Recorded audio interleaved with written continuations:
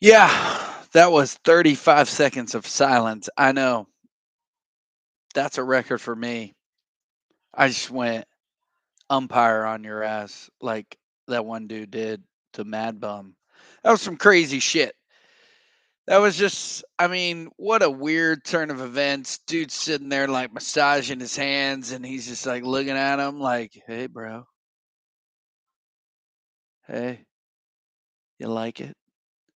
Like the way I'm rubbing in between your fingers? Huh? Do you like it? Huh? Creepy ass. I would not want to go toe to toe with old Mad Bum. The dude, like, is like a rodeo clown on the side. Uh, Not that rodeo clowns are like known to be like super badasses, but whatever. Look here, ladies and gentlemen. I'm tired. Didn't sleep much last night. Probably because I was too busy recovering from going 7 rounds with one Jason and then beating his ass. Let's get into last week. I hope everybody had a good week. Personally, obviously, you probably didn't have a good week if your team lost in fantasy baseball. There looked like there was going to be some blowouts. A few teams turned it around, but bottom line is nobody won 12-0. Biggest victory was 10-2. So let's get into it. Last week, week 4, D's Nuts faced off against Red Sox Nation. It came down to 8-2. Jason, maybe you can help me say it in the chat. You had 4 stolen bases all day Sunday. Who the hell lost the stolen base? I tried looking it up. I didn't really give it too much of an effort, but I did try looking it up to see what player got deducted a stolen base. So maybe you can help me. Big bad Vlad. Well, he went big bad ass on Trippin' Billy's 9-2. Let's look at that matchup. Jason, I'll get a little bit more into our matchup here in a second. This was this was an okay contest. I mean, Trippin' Billy's, beating yourself up for not doing so well, but I mean, come on, man. Shane, you got 7 home runs. You were down by 5 in the runs. You won by 1 RBI, stolen bases. Your batting average was a little, but everybody's batting average is down right now. There's just something going on with pitching and baseball and dead ball era is just shitty. And it's so crazy because it's like some teams aren't really like having an issue, and then other teams really are. And I think it's probably better that we start looking at teams that are playing in certain areas of the country right now. Yeah, we'll get into the other topic here in a minute that was brought up last night.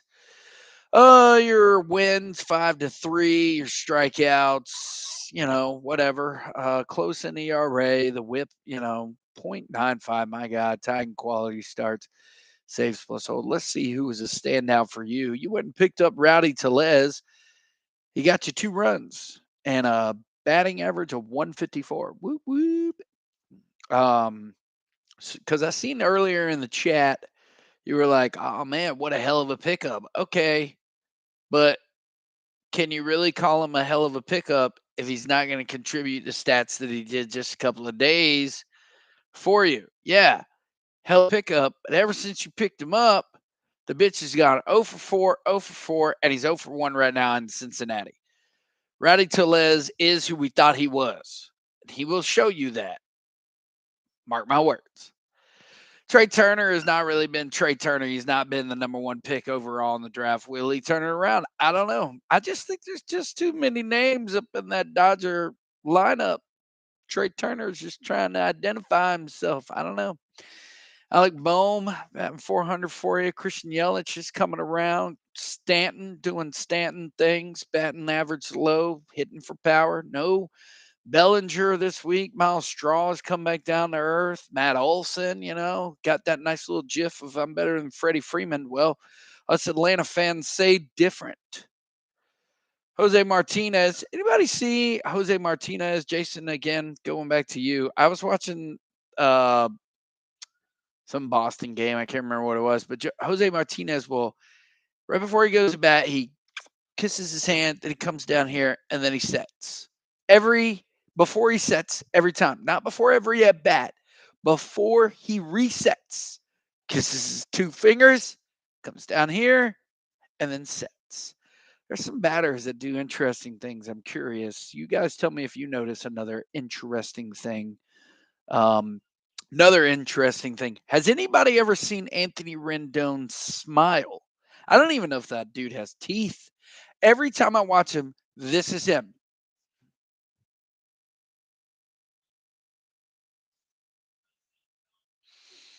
Resets, stretches his back. If he gets struck out, which is something he did a lot over the weekend, walks away. Dude doesn't say anything at the plate. He doesn't. He's just Van Dam. Maybe he should start showing a little bit more expression because then he might hit the ball a little bit more. Anyways, moving on. Let's see. Willie Adames doing Milwaukee Brewer things. He was the big name on this roster right here, followed by Ronald Acuna Jr. Welcome back, sir. Byron Buxton, he's day to day again, but yeah, just got some big hits from some names, some young bucks. Then Vladimir Guerrero Jr. did pretty good. Let's see the pitching. Max Fried, don't even get me started. Fuck off. And then we'll get started on Charlie Morton. Oh, he's back. Yay. Feel like that trade really went one side. I was glad to see Tyler McGill, get fucked up a little bit. That was nice. This episode is brought to you by San Sebastian White Wine, by the way. And I've been reaching over here waiting to do this. I don't know if you guys know, but some of the good old candies from back in the day, they're still so good. Lemon heads, oh my gosh, get out of my way. Love lemon heads. Tried staying away from candy, and then last night we went to Doctor Strange too. Hey, if you guys stick around, I might give a review of that movie if I fucking remember. Some cork in my glass. I don't want that shit. Anyways, moving on because you guys don't care about all that stuff. Let's talk about Shane's pitching. Musgrove, he's worth a damn. Bieber didn't even get a strikeout for you in that game, bruh. Come on. Against Toronto, 3.1, 3 and a third, 1890. Fuck off, man.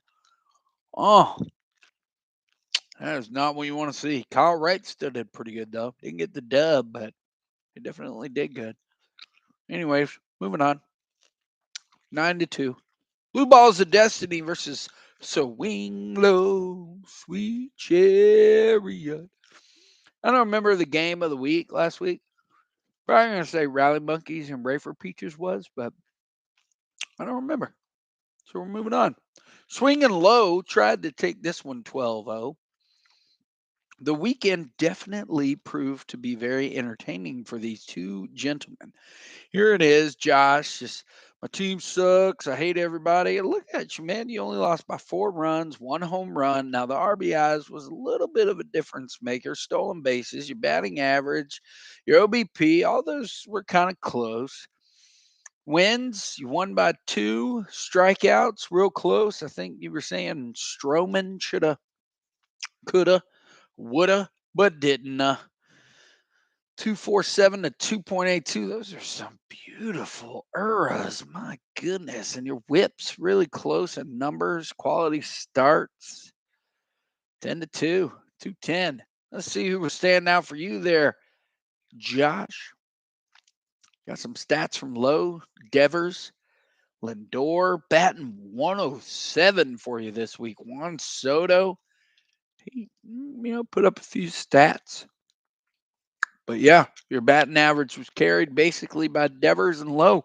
Big trade went down this week between you and I. You got that Freddie Freeman. 3 runs and RBI and batting 500 for you on the day. So that helps you out a little bit. Did you end up winning either one of those stats, average or ABP? No. Might be something to turn around. Let's look at old Eric Croft, Jazz Chisholm, 7-1-6-2, 310. Mookie Betts, he turned it around. Motherfucker couldn't do that shit for me last year. No, his back's better. He's all better. La, la, la. CJ Crone, Dalton Varsho. Look at that shit. Pretty good bats, man. Wait until guys like Jazz Chisholm slows down and CJ Crone slows down. Whatever. We'll see. Anyways, he's number 1 right now, so what do I know? All right. Who else we got? Pitching stats. Kevin Gossman. He's pretty good. Tariq Skubal, 9 strikeouts. Look at old Lucas Giolito, 10 Ks. Rogers, just, some hit, some misses. What about you? Zach Gallen, he's back. 2 wins, 12 strikeouts, 1.35 on the ERA, 0.75 on the whip. Appreciate you two boys being all quiet and shit as you walk past me. Charlie Morton, look at that. 1 win, 8 strikeouts, 3.38. He's back. Yay. Our savior. Not on my team. For the fan that I am that Shane called me out on. What a homer. Yeah. I traded away Morton, traded away Fried, and I got the worst damn pitcher of all of them, Ian Anderson, in a fucking bullshit trade with Josh. Schrudenfleiden, whatever it's called. Schrudenbredden. Moving on, Eric wins 10-2. He's back at the top where he loves to be. Mandalorians versus Harry Pair of Testicles, 9-3. These are some very one-sided competitions this week. Look at old Mando. I don't think he's made a trade this season, but why does he need to? He wins by 2 runs. See, again, look here, we got it. These are just close categories. He won by 2 runs, 2 home runs, 6 RBIs, 1 stolen base. Like literally between the 2 of you guys, like one of y'all could have probably picked up a waiver wire and got a stolen base. Oh, wait. We only have 3 waiver wires each week, in case you guys were wondering. And guess what happens after we face everybody? After week 10, it gets reduced to 2. I won't be waking up at 3 a.m. for that shit. You can bet your ass. By the way, it was really funny. I did not set my alarm to go off at 3 a.m. this morning. The good Lord told me to wake up at 3 a.m. this morning and pick up 2 pitchers. Let's see if, I don't know, I can finally have some pitching and be competitive and shit. Strikeouts were only by 5, 1 win, 2 wins, 4 quality starts to 2 quality starts. You both had an ERA under 3.5. So, Reader, don't beat yourself up. Close matchups early in the season, as Walker would say. But I would say every week's important. Bryce Harper for Mandalorians. That 190 got 2 home runs. Who was your big hitter? Gene Segura, 571. Good night. Starlin Marte. I don't know why I said it that way. Anyways, moving on. Paul Goldschmidt batting 292. Luis Roberts, 413, 450. Austin Riley needs to pick it back up for you there, Broseph. Let's look at your pitching stats. Look at Shohei Ohtani. 11 strikeouts, got a win, 0 on the ERA. Who else did pretty good? Corey Kluber. There is something illegal in his bloodstream. Look at that, Chris Bassett. 1 win, 12 strikeouts. He was on my team. Traded him away for Tim Anderson. I'll take that. I feel like that was still a pretty good trade. So take it for what it's worth. But when you're scrounging around for pitchers, it does look like, ugh. Look at that. Miles Michaelis, free of charge, 1 win, 3 strikeouts, 1.59. He did better than Max Scherzer. He didn't get a win. He got 7 strikeouts, though, 4.50 on the ERA. Last but not least, and again, Jason, I'll go back to ours, but last but not least, Rally Monkeys just jumping back up into the top 3, landing second place after this beat down of the wifey. Rafer Peaches sitting in the top 5, looking all pretty, and then all of a sudden, Rally Monkey said, "Rally, rally." The pitcher's name is Sally. I don't know why we went there. 39 runs to 9 home runs, 32 RBIs. He lost the stolen bases and the wins by 1. 306 batting average to 230, 379 strikeouts to 56, 2.70 on the ERA, 3.58 for her, 0.84 on the whip. Man, those pitching stats just look beautiful when all you draft is bitches. I mean, pitchers. My bad. They tied in the quality starts. But here's where a topic comes up, right? Well, I'll bring it up right after I give credit where credit is due. Talking about some standout players from this week. Jared Walsh of the Los Angeles Angels, 5.39 batting 346. And where else? Ketel Marte's hitting, but nothing else. Josh Bell, 7.26. Then you can jump over to Ray Manny Machado. Is he still ranked number 1 in the league? He is, and he deserves it. 385 batting average, 7 home runs, 21 ribbies, and 6 stolen bases last week. He gave her basically all the stats. 6'3", 5'2", 429. Googly moogly. Stephen Kwan got his first home run. Chad Mullins. Then we jump down to the pitchers. 4, I only draft pitchers and leave the scrub batters to make up the difference. Brandon Woodruff, 12 strikeouts, but he got a 4.76 on the ERA. Manoah, who apparently he's knowing that things are starting to turn and people are going to figure him out, or he's going to wear down, and he's starting to figure it out. Because, I mean, hey, look here. He went 5 innings against Cleveland, got only 3 strikeouts, 3.60 on the ERA. The signs are pointing towards Manoah not being so great. I'm sorry, Chris, did I just throw out there that you're a shady son of a and I know all of your tricks? You rode that horse like Rich Strike did in the Kentucky Derby.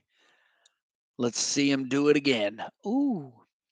Garrett Cole, 10, 142. Who'd he pitch against to get such beautiful stats? Oh, great. It's not going to come up. Oh, against the Texas Rangers. Yay. Still didn't get a win. Bitch lost. Them Yankees have been pretty shitty. Tell you what, against the Texas Rangers, Nestor Cortez today was throwing a no-hitter into the 8th inning, and no runs were on the board. It's kind of funny. Where was that game at? Let us see. Hold on a second. I was in New York, huh? New York. I don't know why I went there. I'm sorry, everybody. I've done a few things today. I don't know why. Anyways, see what else we got. Justin Verlander, he's back to being a prime candidate for, PEDs. Oh, I'm sorry. For some reason, this stupid website now does not want to click away. There we go. Lopez did pretty good for her. 12 strikeouts, got her a dub. And that was about it. Adam Wainwright went on the COVID list. Dylan Bundy turned back into a pumpkin. And Kyle Hendricks has just been shitty. Dylan Cease, man. Cy Young. I don't know why. What is happening right now? This was the biggest blowout, probably, from what I've seen 39-9, 32. But all those pretty little batters will probably turn back into pumpkins for this pitch. So this brings us to the topic that I kept. We had a lot of PPDs this week. Man alive, if you were not able to adjust, your team struggled. Struggled. I would like to pick a time. Sorry, my computer just said, hey, we got something happening, but that was it. Okay. Didn't really. All right, moving on. Don't know what the hell that was about. I think I just realized that light has given me a terrible glare, but I don't have the camera on me all the time, so I just sat back and you guys had to suck that up. I apologize. I'm a big fat head's blocking it. But anyways, back to the PPDs. PPDs were aplenty this weekend, and some teams, well, just dealt with consequences. And this in particular was a matchup that was one-sided. I believe Ray did the calculations and she missed quite a bit of stats and potential. Now, there were double headers, but let's face it, baseball is a long game. 9 innings now is what we're back to in the double headers. And if you're playing an early morning game and then you come right back with maybe 2 hours of lag time in between, you're probably tired, probably wore out, and you're probably looking to the guy to your left that didn't get a fucking hit the last game saying, hey, do you mind maybe getting a hit? Because I'm tired. And not to mention, you also have other people that are platoon, so they might play one and not the other just to give them a break. But it's an unfortunate event. Ray didn't fall too far. She's 21, 24, and 3, 7th place. Which brings me now back to I've said it numerous times. The brain kicked in. Jason, let's look at you and I and our stats. Again, we tied in stolen bases. I don't know how that is. This was too close of a game. No complaining. Here we go. I beat you by 4 runs. I beat you by 3 home runs. I beat you by 10 RBI. That was the biggest difference. The average, 2. The OPP, okay. Really, really, really, you got better pitchers. 58 strikeouts to my 61. But I got 58 strikeouts and I pitched 6 more innings than you. Shitty. But I did get that win to tie it up. 308 on the ERA, 395 for you. The whip, 123 for you, 138. 7 quality starts. I do not get saved, so you're welcome, everybody. You can always count on me to help you in the save plus holds category. Who were my big contributors this week? Really, it was just Jose Altuve and Jordan Alvarez. I got a little bit from Tim Anderson, but nobody else kicked in. This Chris Taylor is a bitch. Bobby Witt is overrated. Eric Hosmer turned back into a pumpkin after I picked him up. And Jeff McNeil sat on my bench, thankfully, yesterday so he could go 0 for 7 in a doubleheader. Sweet. But who didn't go 0 for anything? That would be Pete Fatass Alonso. 538. This bitch did not put up those numbers until yesterday. 225, going 3 for 8 in double headers yesterday. Bitch didn't have anything else other than a home run in another double header against the Atlanta Braves. It's like that boy, he actually eats good before a double header. Might want to just try to get as many double headers as he can because Pete Alonso will put up some fucking stats for you. Jose Ramirez kind of slowed down a little bit. Thank you, Jose, for slowing down because I needed you to. Because he's ranked second in the league with a 311 batting average, 7 home runs, 30 RBIs, and 3 stolen bases. Ooh, Xander Bogaerts. Yeah, Ozzy Albies got 5 runs. So, yeah, just, quiet on some Suzuki front. That Suzuki, man, he was hot potato. Man, all we heard for the first week, Suzuki this, Suzuki that.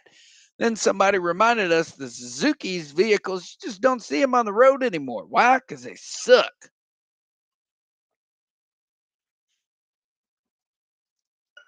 My mom had a Suzuki when I was growing up. It was a Suzuki Tracker, I think. I don't know. Can't remember. Let's look at our pitching right here, right now. Christian Javier came in, got me a win. He pitched last night in relief, got 9 strikeouts. Kyle Gibson got that final win for me to tie us all up. Eric Lauer in a trade got 8 strikeouts. It was looking a little questionable against the Braves. Yu Darvish got a win, and Luis Garcia got me a dub. All around, just balance from the guys, you know what I'm saying? Matt Brash got kicked to the fucking curb. Zach Greinke got dropped, got picked back up by what's his nuts, Shane, and Paul Blackburn, I think, got sent away in a trade. Let's see here who did wonders for you, sir. Got a nice little win from a relief pitcher. I always love that. It's just really awesome. Come in, pitch you one little fucking inning and get the dub. That really makes a lot of sense. Yeah, I pitched like 6 innings, but you know what? You go in, you take all the credit. It goes to you. Logan Webb didn't do so well for you. Steven Matz, he dropped his ass to the curb. Tyler Anderson did okay. Merrill Kelly's your shining star. Shane McClanahan's right there next to him. And Tyler Malley got big old sit down. I like it. Moving on. That was our matchup. Here we are to week 5. We are already in week 5, ladies and gentlemen. Here we are, D's Nuts versus Ray for Peaches. It's a family affair up in here. Trippin' Billies versus Rally Monkeys. Blue Balls of Destiny versus Red Sox Nation. Mandalorians versus Big Bad Vlad. Harry Paratesticles versus Swingin' Low. Here we go. Drum roll, please, for the matchup of the week. It's got to be Mando versus Big Bad Vlad, the newest members of our league. Mandalorians coming in shining bright, 5th place. Scott, look at you, Big Bad Vlad. Nick saying, you know what? Last year was no fluke. I'm coming for the title. He sits 3rd place right now. And speaking of which, let's go ahead and get the up to date ranks for the league. This stream has gone on a little bit longer than normal, but again, it's because I'm a little sleepy. Here we go. Just in case none of you are on the page and looking, after last week's results, Swingin' Low jumps back into 1st place, or maybe he was already there. Can't remember. 33, 14, and 1 is his. He is 3.5 games ahead of 2 bitches. That would be Rally Monkeys and Big Bad Vad. They're not carrying the same win-loss, but they do have that 2-tie difference, and therefore that brings the percentage to a crisp 0.625. D's Nuts is tied with Mandalorians, although there's that little 2-tie difference sitting right there again, and the 1 loss and 1 win. Anyways, 0.521 on the percentage. Both of us are 8.5 games back from Swingin' Low and nice, and still in 6th place, or in the top 6 rather. Jason, 9.5 games back from 1st. Here's where the bottom 4 sit. 11 games back. Ray for Peaches, Trippin' Billies, 14 games back. Harry Paratesticles is 18 games back. And rounding out the champion from last year, the champion from 2 years ago, Blue Balls Josh of Destiny, 18.5 games back. The season is still young. Let's look at a few pickups that were made on Monday. Here we go. Yamison Tayon, Manuel Margil, Yasmani Grandal, and Jeremy Pena. I was wondering who was going to pick him up earlier this morning at the ripe old hour of 3 a.m. I picked up Josh Winder and George Kirby, dropping Dakota Hudson. Aaron Savale was picked up. Ryan Mountcastle was picked up. And Austin Gomber was picked up. I don't know why I felt the need to give those transactions. I think I gave the matchup of the week. I think this podcast has gone on longer and the glare is still there. I have had almost this entire glass of wine.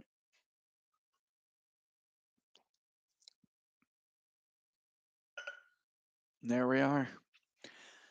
We're going to wrap this thing up. I hope everybody had a good Mother's Day, a good week, and we shall see you guys next week.